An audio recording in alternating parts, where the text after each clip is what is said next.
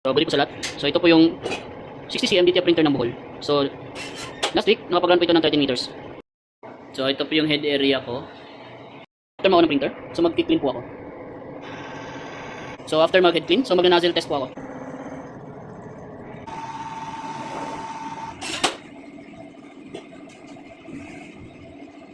So, yan po. I-check po natin yung nozzle kung buo pa. Yan. So, pag nakita po natin na buo, pwede na po tayo mag-start sa printing. Yung ink level naman ay normal lang. So, dito po yung waste tank. So, kalahati pa lang po yung laman. So, dito po yung ABR. So, dito po yung ano ko, temperature cheater. So, yung mga DTF stocks ko po. DTF film. Yung other stuff po dito nandito po. So, dito rin po yung mga nakalagay dito po yung mga use na. So, ito po yung output record.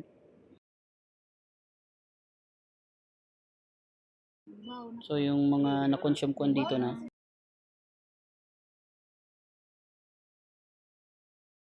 Ito po yung maintenance checklist ko.